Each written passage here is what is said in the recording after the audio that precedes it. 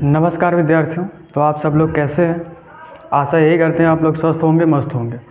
तो विद्यार्थियों, आज की जो क्लास होगी हमारी, आज की क्लास है हमारी रासायनिक बलगत की जो चैप्टर चल रहा था इंटर का, उसके अंतर्गत आज हम लोग पढ़ेंगे सक्रियण ऊर्जा से संबंधित न्यूमेरिकल्स जो बोर्ड एग्जाम में पूछे जाते हैं।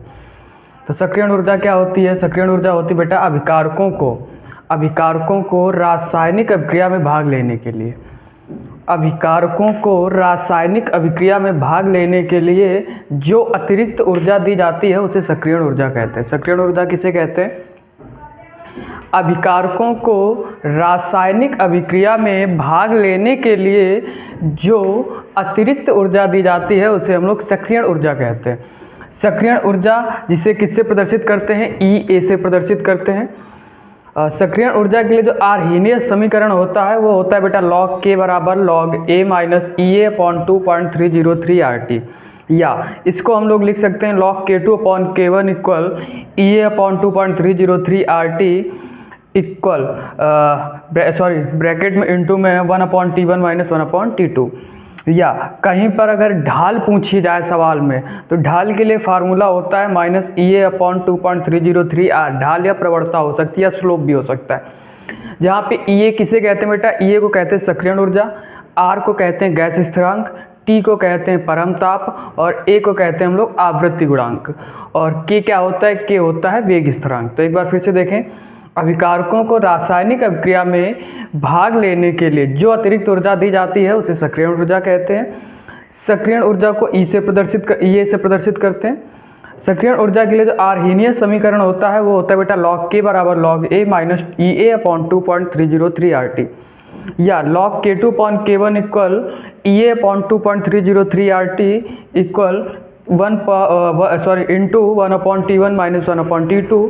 या अगर ढाल या प्रवणता या स्लोप पूछी जाए सवाल में तो उसके लिए आप फार्मूला लगाएंगे minus EA upon 2.303 R, where जहाँ पे EA सक्रियण ऊर्जा होती है, R आपका गैस स्थिरांक होता है, T आपका परम ताप होता है और A क्या होता है? आवृत्ति गुणांक, और K क्या होता है जहाँ पर? वेग स्थिरांक।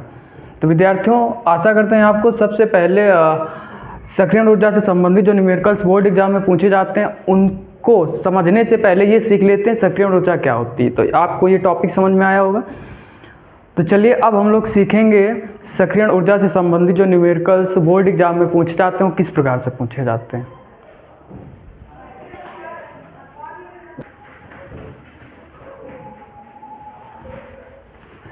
देखिए बेटा, न्यूमेरिकल्स कुछ इस प्रकार से पूछा जाता है, लिखा हुआ एक रासायनिक अभिक्रिया का ताप 290 केल्विन से बढ़ करके 300 केल्विन करने पर, एक रासायनिक अभिक्रिया का ताप 290 केल्विन से बढ़ा करके 300 केल्विन करने पर अभिक्रिया की दर क्या हो जाती है? दोगुनी हो जाती है। तो अभिक्रिया के लिए सक्रियण ऊर्जा का मान ज्ञात करना है, मतलब EA निकालना है।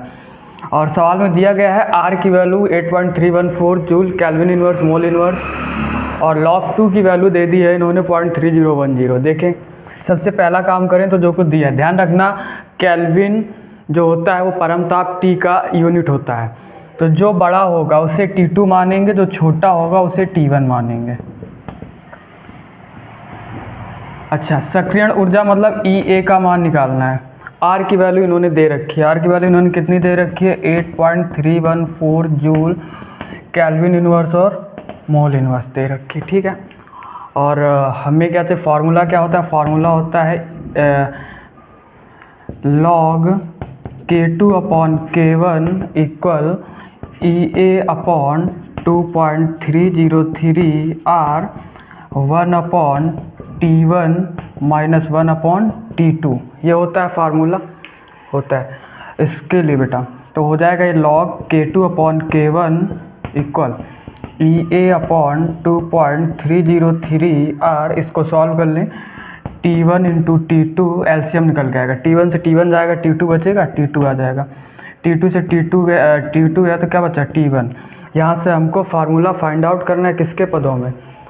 EA के पदों में। तो EA बराबर फार्मूला क्या हो जाएगा? देखें, EA बराबर फार्मूला सबसे पहले वैल्यू पुटअप करते हैं हम लोग। तो log जो K2 क्या होता है? अभिक्रिया की दर कितनी हो जाती है? दोगुनी हो जाती है। मतलब जो K2 है ये K1 का क्या हो जाता है, दोगुना हो जाता है। जो K2 है वो K1 का क्या होता है, दोगुना। तो K2 की जगह पे हम लोग क्या रख सकते हैं, 2K1 अपॉन K1 बराबर EA अपॉन 2.303। R का मान कितना है, 8.314 और T2 का मान कितना है, 300 है। T1 का मान कितना है, 290 है। पुटअप करो, T1 का मान कितना है, 290 और T2 का मान कितना है, 300 है। देखिए ये K1 से K1 कैंसिल, क्या बचा, log 2 बचेगा। यहाँ पे कितना बचेगा, log 2 बचेगा बराबर EA अपॉन 2.303 इंटू 8.314। इसमें बेटा 300 में से 290 गया, कितना बचा, 10 बचा। तो 290 इंटू 300। यहाँ से log 2 की वैल्यू कितनी होती है, log 2 की वैल्यू होती है 0.3010 बराबर EA अपॉन 2.303 इंटू 8.314 इंटू, ये देखें ये जीरो से जीरो कैंसिल, तो ऊपर क्या बचा, 1/29 इंटू 300। तो यहाँ से कितना हो जाएगा, ये हो जाएगा EA बराबर, अब क्या बन जाएगा, EA बराबर हो जाएगा 0.3010 into 2.303 into 8.314 into 29 upon 300। Upon में कितना बचा, 1 बचा। इसका पूरे का मल्टीपल कर देते हैं, इसका पूरे का हम लोगों को मल्टीपल करना पड़ेगा। तो मल्टीपल करते हैं, तो ये दशमलव हटाएं, देखें 4 जीरो, 1 2 3 और 1 4, ये दशमलव, तो 1 2 3, ये दशमलव 1 2 3 1 2, ये ख़त्म। तो ये बराबर क्या बचा, 301, 3010 बचेगा, सॉरी। देखें ये जीरो से ये जीरो काटते हैं, तो कितना बचा, 301 बचा इंटू 2303 बचा इंटू 8314 बचा इंटू 29 बचा इंटू 3 बचा, और नीचे कितना बचा, 1 2 3 4 5 6 7 जीरो, 1 2 3 4 5 6 और 1 7 जीरो। इस पूरे का गुणा करते हैं, इस पूरे का हम लोग मल्टीपल कर देंगे। जब मल्टीपल करेंगे हम लोग तो आंसर देखिए कितना आएगा, 301 इंटू 2303, तो 1 3 3 2 0 0 0 0, 3 त्रिका 9, 3 0 0, 3 त्रिका 9, 3 दूनी 6, 3 0 9 3 12, 2 और 1 3 9 6। फिर इसका गुणा किससे करना है हम लोगों को, 8314 से, 8314 से मल्टीपल करना। 4 तियाँ 12, 4 दूनी 8, 4 तियाँ 12, 4 9 36 और 1 37, 4 6 24, 3 27। 1 से गुणा करेंगे कोई परिवर्तन नहीं होगा। 3 0 2 3 9 6। अब 3 से गुणा करते हैं, 3 त्रिका 9, 3 दूनी 6, 3 त्रिका 9, 3 9 27, 3 6 18, 2 20। अब गुणा करते हैं 8 से, 8 त्रिका 24, 8 दूनी 16, 8 त्रिका 24 1 25, 8 9 72, 2 74, 8 6 48 और 7 55। कुछ बचा नहीं बचा, 2 3 और 1 4, 8 9 17, 2 2 4 4 8 1 9, 7 3 10 6 16 2 18, 8 9 17 9 17 9 26 6 32, 3 2 5 6 11 7 18 5 23, 4 2 6 2 5 7 7 बचा।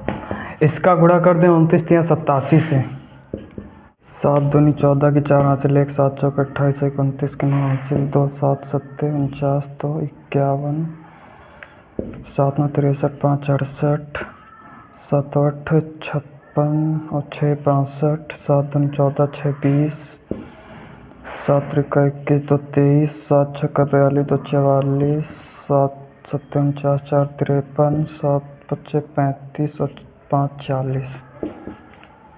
अब गुणा करें इसका 8 से, 8 दूनी 16, 8 चौके 32 1 33, 8 7 56 3 59, 8 9 72 570 और 8 8 64 7 71, 8 दूनी 16 7 23, 8 छक्का 24 2 26 और 8 छक्का 48 2 50, 8 7 56 5 61, 8 5 40 और 6 46।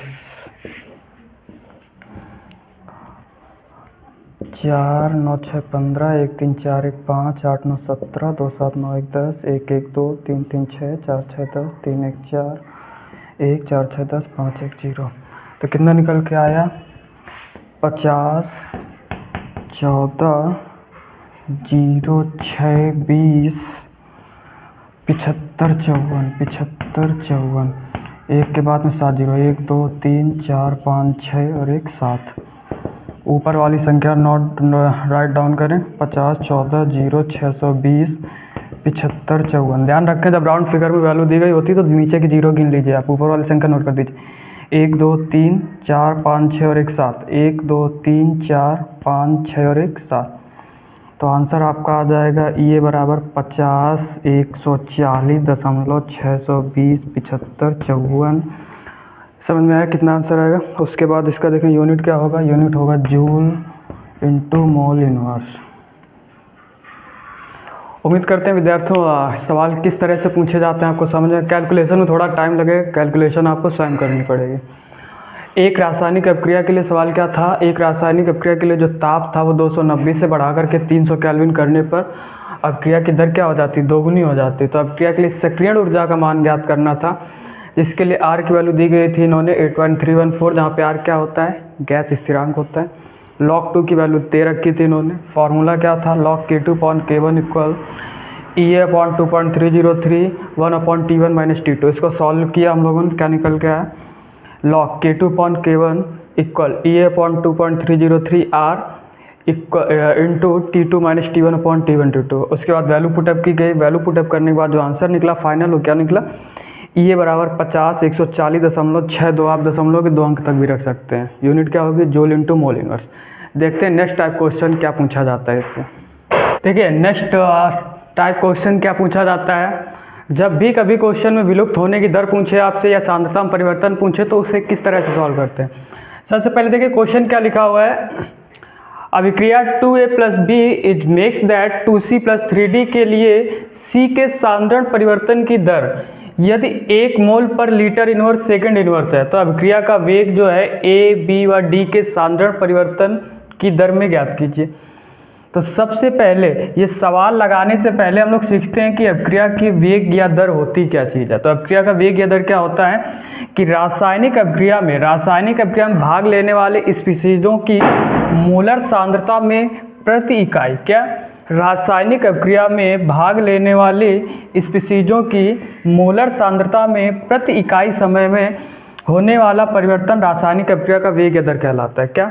रासायनिक अभिक्रिया में भाग लेने वाली स्पीशीजों की मोलर सांद्रता में प्रति इकाई समय में होने वाला परिवर्तन रासायनिक अभिक्रिया का वेग या दर कहलाता है। फार्मूला देखें क्या होता है रासायनिक अभिक्रिया के वेग या दर का। क्या होता है? रासायनिक अभिक्रिया का वेग या दर बराबर क्रिया कारक या अभिकारक या उत्पाद की सांद्रता में परिवर्तन बटे परिवर्तन में लगा समय। क्या? अभिकारक या उत्पाद की सांद्रता में परिवर्तन बटे परिवर्तन में लगा समय। जैसे कोई अभिक्रिया निम्न अभिक्रिया ये है कि A makes that B, A जो है परिवर्तित होकर के B बनाता है। तो इसके लिए अभिक्रिया का वेग क्या होगा? तो इसके लिए क्या होगा? अभिकारक की सांद्रता में कमी बटे समय। और अभिक्रिया का वेग उत्पाद के लिए क्या होगा? तो उत्पाद के लिए क्या होगा? उत्पाद की सांद्रता में वृद्धि बटे समय। जब हमने आपको प्रथम कोटि और शून्य कोटि अभिक्रिया के लिए निगमन पढ़ाया था तो वहाँ पे एक चीज़ बताई थी कि A इज मेक्स दैट उत्पाद। जैसे A उत्पाद बना रहा था तो शुरुआत में हमारे पास कुछ उत्पाद था, अभिकारक था, लेकिन उत्पाद क्या था? शून्य था। लेकिन कुछ समय बाद जब X उत्पाद बना था तो अभिकारक हमारा क्या हुआ था? X कम हो गया था A से। शुरुआत में प्रारंभिक सांद्रता कितनी थी? A थी। तो अभिकारक क्या थी? वो उत्पाद जितना उत्पाद बना था वो कम हो गया था। तो सीधी सी बात बेटा, अगर यहाँ पे मान लीजिए शुरुआत में तुमने 10 लिया है तो यहाँ पे 0 है, और कुछ समय बाद यदि तुमने 4 बनाया है तो सीधी सी बात 10 में 4 गया, 6 बचा होगा। अब बताओ पहले 10 था और बाद में 6 हुआ, कमी हुई कि वृद्धि? सीधी से निकल गया था ना, कमी की दर उत्पाद में अभिकारक में। अभिकारक क्या होता है? रासायनिक अभिक्रिया में जो पदार्थ भाग लेता है उसे अभिकारक कहते हैं। तो अभिकारक में क्या होगी? कमी होगी, निकल गया। उत्पाद शुरुआत में 0 था और 0 से 4 क्या वृद्धि हुई कि नहीं हुई, वृद्धि हुई कि नहीं हुई, तो वृद्धि किसमें हुई, उत्पाद में। उत्पाद शुरुआत में 0 था लेकिन बनने के बाद क्या हो गया, 4 हो गया। इसी प्रकार उत्पाद की सांद्रता में क्या होती है, वृद्धि होती है। समझ में आया? चलिए अब देखो बेटा, तो अभिकारक की सांद्रता में कमी कैसे बेटा, तो delta A upon delta T. समझ में आया? कैसे प्रदर्शित करेंगे, बी के लिए उत्पाद की सांद्रता, तो उत्पाद वृद्धि हो रही थी मतलब प्लस, तो delta B upon delta T. उम्मीद करते हैं आपको यदि ये समझ में आया होगा तो न्यूमेरिकल समझ में आएगा, अगर ये नहीं समझ में आया होगा तो न्यूमेरिकल समझ में नहीं आएगा होगा। यदि समझ में आया है आप लोगों को तो अब हम लोग चलते हैं न्यूमेरिकल्स की ओर। देखिए बेटा, अभी क्रिया क्या दी गई है, अब क्रिया दी गई 2a plus B is makes that 2c plus 3d। तो इसके लिए सबसे पहले साधारण परिवर्तन में दर बनाओ। तो साधारण परिवर्तन में दर क्या होगी, जो अभिकारक एक की सांद्रता परिवर्तन है वो कितनी है, -1/2 delta A upon delta T. Minus क्यों लगा, क्योंकि अभिकारक में क्या होती है, कमी होती है। इसी प्रकार ये कितना होगा, ये होगा तुम्हारा बेटा minus delta B upon delta T होगा, ठीक। और ये कितना होगा, ये होगा बेटा +1/2 delta C upon delta T. अच्छा बेटा ये कितना है, ये +1 delta D upon delta T है। ओके, निकालते हैं अब हम लोग A के पदों में सांद्रता, ठीक है। तो ये कितना है, ये +1/2 delta C upon delta T.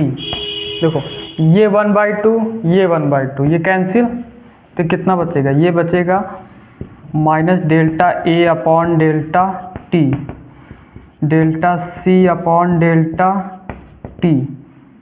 और देखो बेटा दिया गया है, क्या दिया है, दिया इन्होंने C के सांद्रण परिवर्तन की दर जो है वो कितनी है, 1 मोल पर लीटर है। अर्थात दिया है इन्होंने delta C upon delta T का मान कितना है, 1 mole litre inverse into second inverse. तो यहाँ पे delta C upon delta T की जगह पे हम लोग क्या रख सकते हैं, हम लोग रख सकते हैं 1, मतलब इसका भी आंसर कितना आ जाएगा, 1 mole litre inverse into second inverse होगा। A के पदों में सांद्रता पर A के जो पदों में अभिकारक A के पदों में जो सांद्रता परिवर्तित होगी वो कितनी होगी, सांद्रण परिवर्तन 1 mole litre inverse into second inverse. अब देखें बेटा B के पदों में निकालने, तो B के पदों में क्या है, delta B upon delta T बराबर अब +1/2 delta C upon delta T.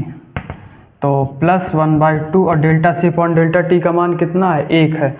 तो 1 का 1 में गुणा 1 आएगा, 2 से डिवाइड करोगे बेटा 0.5 आएगा। अर्थात जो B के पदों में सांद्रण परिवर्तन होगा वो कितना होगा, वो होगा 0.5 mole litre inverse into second inverse होगा।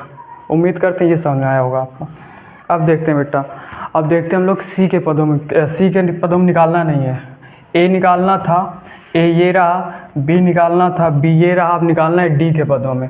तो D के पदों में क्या है, D के पदों में +1/3 delta D upon delta T है, ठीक है। और ये किसके बराबर है, ये +1/2 delta C upon delta T के पदों में, ठीक। अब देखो बेटा ये 3 गुणे भाग में उधर जाएगा तो गुणे में, तो क्या हो जाएगा plus delta D upon delta T बराबर 3/2 delta C upon delta T, ठीक। ये 3/2 और delta C upon delta T का मान कितना है, 1 है।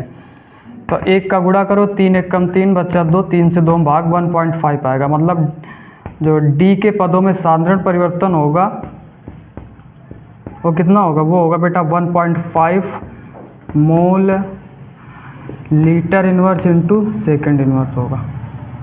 उम्मीद करते हैं आपको ये सवाल समझ में। सवाल क्या लिखा था कि अभिक्रिया 2a plus B is makes that 2c plus 3d के लिए C के सांद्रण परिवर्तन की दर कितनी थी, 1 मोल पर litre inverse into second inverse थी। तो अभिक्रिया का वेग ए, बी व डी के पदों में डी के सांद्रण परिवर्तन की दर ज्ञात करनी थी। अभिक्रिया क्या दी गई थी? अभिक्रिया ये दी गई थी। और इसके ए के सांद्रण परिवर्तन का फार्मूला क्या बनेगा? -1/2 delta A upon delta T. और बी का क्या बनेगा? Minus delta B upon delta T. C का क्या बनेगा? +1/2 delta C upon delta T. D का क्या बनेगा? +1/3 delta D upon delta T. A के पदों में ए का किसके बराबर किसके? सी के बराबर है, तो ये निकल के आया। 2 से 2 कैंसिल हुआ, ये निकल के कितना इक्वल हो गया दोनों। तो इसका कितना है? 1 मोल। माइनस क्यों लगा? क्योंकि अभिकारक है। यहाँ पे माइनस क्यों लगा? क्योंकि ये भी क्या अभिकारक है। ये किसके बराबर था? ये इसके बराबर था, तो इसका कितना निकल गया? 0.5 है। ये डी किसके बराबर था? डी भी सी के बराबर है। ये कितना था? 1/3 था। ये 3 डिवाइड में उधर जाएगा तो मल्टीपल। आशा करते हैं बेटा आपको रासायनिक बलगत जो चैप्टर है इंटर का, इससे जितने भी टाइप्स के न्यूमेरिकल पूछे जाते हैं और सारे न्यूमेरिकल्स मैंने आपको समझाए। तो ये इस क्लास की इस टॉपिक की, इस चैप्टर की न्यूमेरिकल्स की क्लास लास्ट थी। इसके बाद मिलते हैं न्यू चैप्टर में, जिसमें हम लोग सीखेंगे अब नया चैप्टर जो हमारा नेक्स्ट चैप्टर होगा, उसमें हम लोग पढ़ेंगे उपसह संयोजी यौगिक। जो नया चैप्टर होगा उसमें पढ़ेंगे हम लोग उपसह संयोजी यौगिक, जिसमें हम लोग सीखेंगे IUPAC, IUPAC कैसे निकाली जाती है उपसह संयोजी यौगिक में इंटर में। लगभग ये भी 3 से 4 नंबर की IUPAC बिल्कुल फिक्स पूछी जाती है, तो उसके बारे में चर्चा करेंगे। तो मिलते हैं न्यू चैप्टर में, न्यू टॉपिक में। तब तक के लिए नमस्कार, जय हिंद, जय भारत।